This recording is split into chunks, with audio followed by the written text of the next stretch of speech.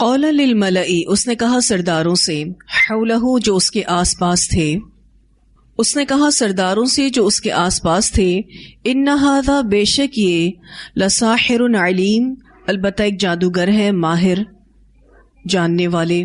یہ وہی الزام ہے، مشترکہ الزام، جو موسیٰ علیہ السلام پر بھی لگا اور محمد صلی اللہ علیہ وسلم پر بھی لگایا گیا۔ یریدو چاہتا ہے، ان یخرجکم کہ نکال دے تم کو، من ارضکم تمہاری زمین سے، بسحرہ اس جادو کے بلبوتے پر، اس جادو کے زور سے۔ معجزات کو اس نے جادو قرار دے دیا، جیسے کہ ابھی ہم نے پیچھے پڑھا کہ موسیٰ علیہ السلام نے فرعون سے کہا کہ میں کوئی نشانی دکھاؤں، شیء مبین دکھاؤں، تو پھر آپ علیہ السلام نے اپنے عصا کا معجزہ اور اپنے ہاتھ کا معجزہ اس کے سامنے رکھا، تو اس نے فوراً سے اپنے درباریوں سے مخاطب ہو کر کہا کہ یہ تو بھائی بہت ہی ماہر جادوگر لگتا ہے، یہ تو اپنے جادو کے بلبوتے پر تمہیں تمہاری زمین سے نکالنے آیا ہے۔ فماذا تأمرون تو کیا کچھ تم مجھے مشورہ دیتے ہو؟ قالوا انہوں نے کہا، ارجہ ڈھیل دے اس کو، واخاہ اور اس کے بھائی کو، وابعث فی المدائن حاشرین اور بھیج شہروں میں اکٹھے کرنے والے۔ یہ تھی اللہ کی مدد کہ فوراً قتل کی سزا کو نافذ نہیں کیا اور درباریوں کے منہ سے یہ نکلوایا کہ اس کو اور اس کے بھائی کو ڈھیل دی جائے، باقاعدہ مقابلہ کیا جائے اور پھر ان کو کوئی نہ کوئی سزا دی جائے۔ یأتوک وہ لے آئیں گے تیرے پاس، بکل ہر قسم کا، سحار علیم بڑا جادوگر ماہر، تو اپنے حاشر بھیج، اپنے اکٹھے کرنے والے بھیج، تو وہ تیرے پاس اچھے سے اچھا، بڑے سے بڑا جادوگر لے کر آئیں گے۔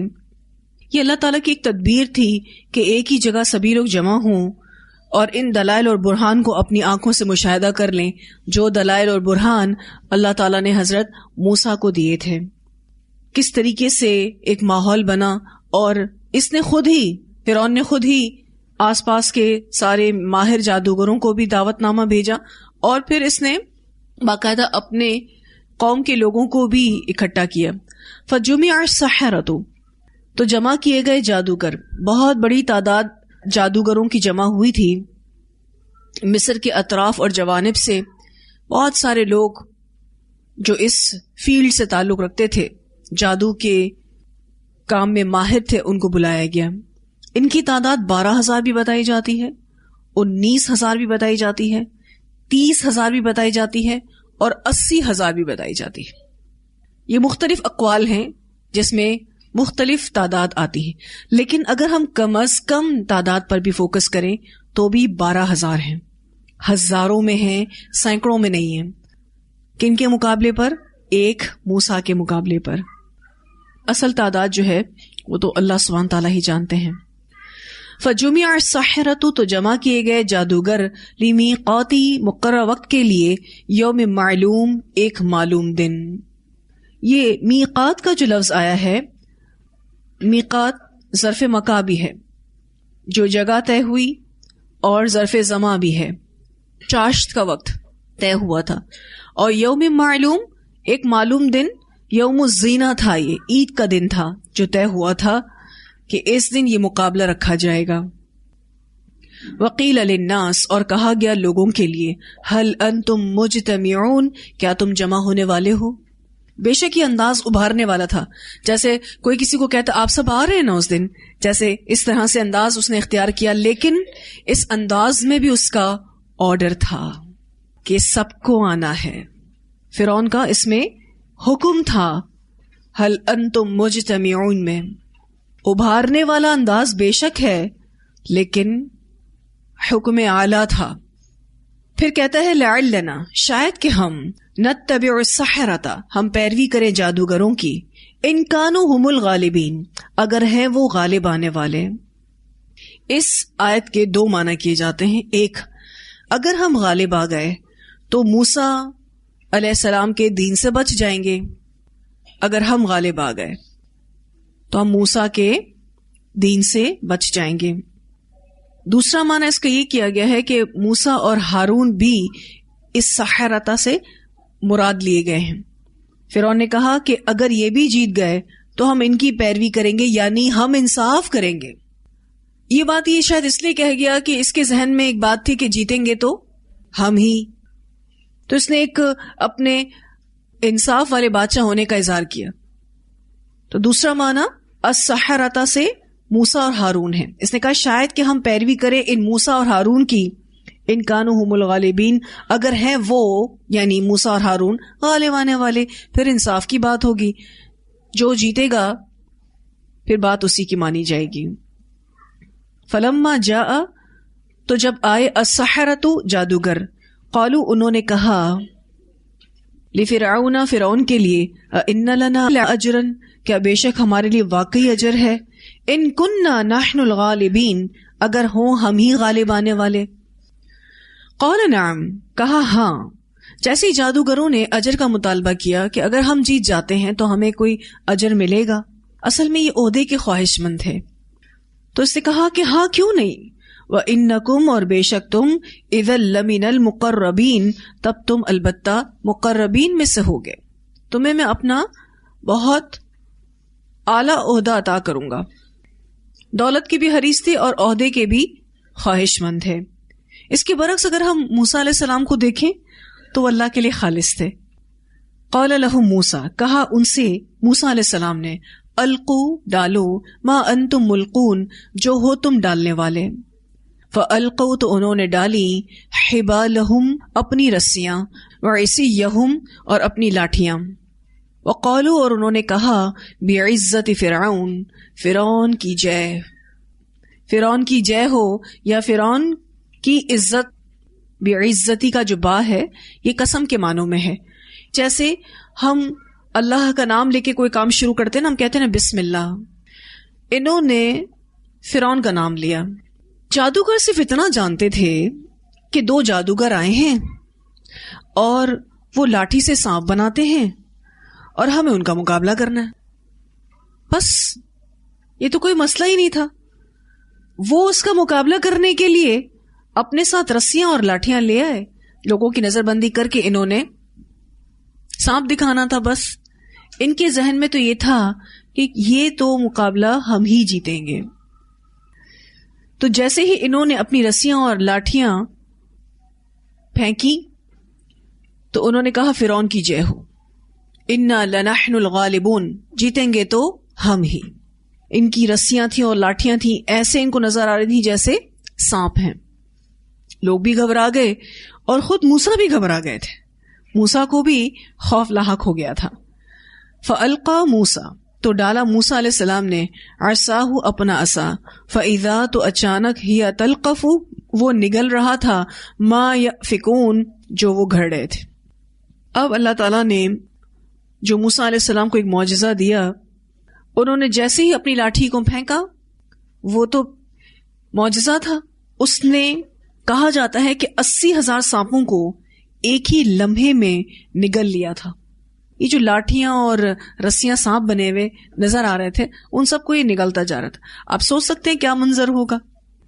ایسا منظر تھا جو تھوڑی دیر پہلے یہ جادوگر کہہ رہے تھے بعزت فرعون، فرعون کی جے ہو، فرعون کی قسم، فرعون کی عزت، اور یہ سوچ رہے تھے کہ ہم ہی جیتیں گے. تھوڑی دیر میں منظر ہی بدل گیا. یہ جو تلقفو کا لفظ ہے، لقفہ کسی چیز کو تیزی سے نگلنا، منہ سے یا ہاتھ سے جھپٹنا. اور سانپ آپ دیکھیں منہ سے جھپٹتا ہے، تو منہ سے یا ہاتھ سے جھپٹنا. جیسے میں آپ سے ذکر کر رہی تھی کہ 80,000 سانپوں کو ایک روایت میں آتا ہے کہ ایک ہی لمحے میں وہ نگل گیا. اس منظر نے جادوگروں کو مجبور کر دیا. فَأُلْقِيَ السَّحَرَةُ سَاجِدِينَ، تو جادوگر ڈال دیے گئے سجدے میں. یہ منظر جو تھا کہ یہ عصا کیسے سانپ بنا اور یہ سانپ کس طریقے سے سارے جتنے بھی شعبدے بازی تھی، جتنا بھی ان کا یہ فیک نظر بندی تھی، اس سب کو کیسے اس نے ختم کر دیا. تو جو اس فیلڈ سے تعلق رکھتے تھے وہ یہ سمجھ گئے کہ یہ جادو نہیں ہے، یہ منظر کسی جادو کا نہیں ہے، یہ تو کوئی اسپیشل چیز ہے، معجزہ ہے. اور اس منظر نے ان کو مجبور کر دیا کہ یہ سجدے میں پڑ گیا. تبھی آیا فَأُلْقِيَ، تو وہ ڈال دیے گئے، یعنی مجبور کر دیے گئے السحرۃ جادوگر ساجدین سجدہ کرنے والوں. یہ وہی ایک حق کا اجاگر ہونا ہوتا ہے. ہماری زندگی میں بھی ہمیں کوئی نہ کوئی ایسا موقع ملتا ہے کہ جب ہمارے سامنے حق آتا ہے, اب اس ٹائم پر ہمارے ارادے اور اختیار میں ہوتا ہے یا تو ہم حق کو لے لیں یا پھر حق کو چھوڑ دیں. انہوں نے فوراً سے حق کو قبول کر لیا. یہ ہوتا چند لمحوں میں ہی ہے, چند لمحوں میں ہی ہمارا امتحان ہوتا ہے کہ ہم حق کو تسلیم کر لیں اور یا پھر ہم حق کو چھوڑ دیں. انہوں نے عملی ثبوت دیا سجدے میں گر کے. قالوا, انہوں نے کہا آمنا برب العالمین, ہم ایمان لائے ساتھ رب العالمین کے, رب موسیٰ و ہارون, موسیٰ اور ہارون کے رب کے. جیسے کہ ہم اس سے پہلے بھی پڑھ چکے ہیں کہ انہوں نے یہ کلیئر کیا, واضح کیا کہ فرعون کو نہیں جس کو لوگ رب مانتے ہیں, ہم اس رب پر ایمان لائے ہیں جو موسیٰ اور ہارون کا ہے, یعنی اللہ پر ایمان لائے ہیں. تو یہ وہ حقیقی معرفت تھی جو ان جادوگروں کے اندر سرایت کر گئی, جو یہ جادوگر تو سمجھ گئے پر فرعون نہ سمجھ سکا. حالانکہ فرعون اپنے آپ میں ایک ہوشیار اور سمجھدار انسان تھا, لیکن اس کے اندر اتنا تکبر تھا, اس کے اندر اتنی بڑائی تھی اپنی ذات کو لے کر کہ وہ حق کو ٹھکرا گیا. اور تکبر اسی کا ہی نام ہے, حق کو ٹھکرانا اور لوگوں کو حقیر جاننا. اور اس کی سب سے بڑی مثال یہ فرعون ہے. قال, کہا آمنتم لہو, ایمان لائے تم اس پر, قبل, اس سے پہلے, ان آذن لکم, یہ کہ میں اجازت دوں تم کو, وداؤٹ مائی پرمیشن آپ کیسے اس کے اوپر ایمان لائے ہو. ایک اور اعتراض یا ایک اور الزام آپ کہہ سکتے ہیں کہ فرعون نے لگایا. انہ لکبیرکم, بے شک وہ یعنی موسیٰ البتہ تمہارا بڑا ہے, تم سب ایک ہی ہو, ملے ہوئے ہو. الذی علمکم السحر, جس نے تم کو جادو سکھایا ہے. فلسوف تعلمون, تو ان قریب تم جان لوگے, اپنے کیے کا وبال تم جان لوگے. اصل میں فرعون کے سارے جتنے بھی ٹولز تھے, یعنی ہتھ کنڈے تھے یا اس کی جو چالیں تھی, وہ یک دم ساتھ چھوڑ گئیں, اور یہ اس کی بہت بڑی رسوائی تھی. اس لیے اپنی رسوائی تو برداشت کر نہیں سکا, سچائی کو مانا نہیں, اپنے جھوٹ کو تسلیم نہیں کیا, غلطی پر غلطی کرتا گیا. اس نے کہا کہ یہ تمہارا ہی بڑا ہے, تم سب ملے ہوئے ہو, اب تمہیں تمہارے کیے کا وبال جلد پتہ چل جائے گا. لأقطعن ایدیکم, البتہ میں ضرور کاٹ دوں گا تمہارے ہاتھوں کو, وارجلکم, اور تمہارے پاؤں کو, من خلاف, مخالف سمت سے, وَلَأُصَلِّبَنَّكُمْ, اور البتہ میں ضرور سولی پہ چڑھاؤں گا تم کو, اجمعین, سب کے سب کو. یہ اپنا غصہ, جلن, رسوائی کا جو ایک غم وہ نکال رہا ہے. اور یہ بدترین سزا تھی اس وقت کی, مخالف سمتوں سے ہاتھ اور پیر کاٹنا, جس سے انسان نیم مردہ حالت میں تو چلا جاتا ہے پر مرتا نہیں. پھر اتنی تکلیف سے وہ موت ہوتی ہے, اور پھر اس کے بعد ایک اور تکلیف کے سولی چڑھانا. تو اس نے ایک عبرتناک سزا سنا دی, سب سے زیادہ بھاری سزا اس ٹائم کی وہ سنا دی. قالوا, انہوں نے کہا, لا ضیر, کوئی مسئلہ ہی نہیں, پرواہ نہیں, کوئی نقصان نہیں. مسلم ہیروز ایسے ہی ہوتے ہیں کہ جو اس بات کی فکر ہی نہیں کرتے, دیکھا جائے گا.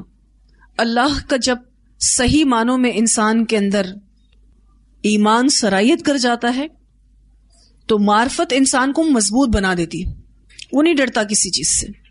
تو معرفت الہی نے ان کو بہادر بنا دیا. انہوں نے کہا کوئی مسئلہ نہیں, کوئی پرواہ نہیں, لا ضیر, جو کرنا ہے کر.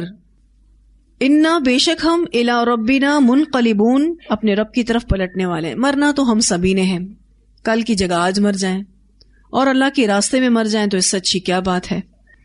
انا, بے شک ہم, نطمع, ہم طمع رکھتے ہیں, ان یغفر لنا, کہ بخش دے گا ہمارے لیے, ربنا, ہمارا رب, خطایانا, ہماری خطائیں. ایک تو یہ مضبوط ہو گئے معرفت الہی سے. دوسرا, معرفت الہی والا انسان توبہ استغفار کرنے لگتا ہے. اس کو اپنی غلطیاں, اس کو اپنی کوتاہیاں نظر آنا شروع ہو جاتی ہیں کہ اب اللہ ہی ہے جو ہماری ان غلطیوں کوتاہیوں سے ہمیں معاف کرے. انہوں نے فوراً سے کہا کہ کوئی مسئلہ نہیں, تم ہمیں جیسی بھی سزا سنا دو, ہم سب نے جانا تو اللہ کے پاس ہی ہے. اب اللہ ہمارے گناہوں کو معاف کر دے, یہ ہمیں اللہ سے امید ہے کہ وہ ہماری غلطیوں کو بخش دے گا. اتنا زبردست احساس ہے اللہ کی معرفت کا، اتنی زبردست تبدیلی آتی ہے جب ہم اللہ کو پہچاننے لگتے ہیں، اتنی واضح تبدیلی آتی ہے، اور اس معرفت الہی کے بغیر یقین مانے دین میں کوئی احساس ہی نہیں رہتا۔ اگر اس معرفت الہی کے بغیر کوئی مسلمان ہے تو وہ صرف نام کا مسلمان ہے، ورنہ جب اللہ کی پہچان دل کے اندر آ جائے غلط کام کرنے سے پہلے کئی بار سوچیں گے، اور عبادتوں کا لطف ہی بدل جاتا ہے، انسان کے اندر کی کیفیات ہی بدل جاتی ہے کہ وہ جب اللہ کے حضور سجدہ کرتا ہے، اللہ کے حضور رکوع کرتا ہے، قیام میں کھڑا ہوتا ہے، تو وہ ایک ایک چیز اس کو اندر سے مضبوط کرتی ہے کہ میں جو یہ عبادت کر رہا ہوں اللہ مجھے اس کا اجر دے گا، یہ مجھے دنیا والآخرہ میں محفوظ کرے۔ انہوں نے کہا ان کننا کہ ہے ہم اول المؤمنین پہلے ایمان لانے والے، ہم اللہ سے امید رکھتے ہیں کہ اللہ ہماری خطاؤں کو معاف کر دے گا، اور ان کننا اول المؤمنین کہ ہیں ہم پہلے ایمان لانے والے، یعنی فرعونیوں کے مقابلے میں پہلے ایمان لانے والے۔ ویسے تو ان سے پہلے بھی بہت سارے مسلمان تھے، خود موسیٰ اور ہارون بھی ہیں، لیکن یہ فرعونیوں کے مقابلے پر کہہ رہے ہیں اول المؤمنین۔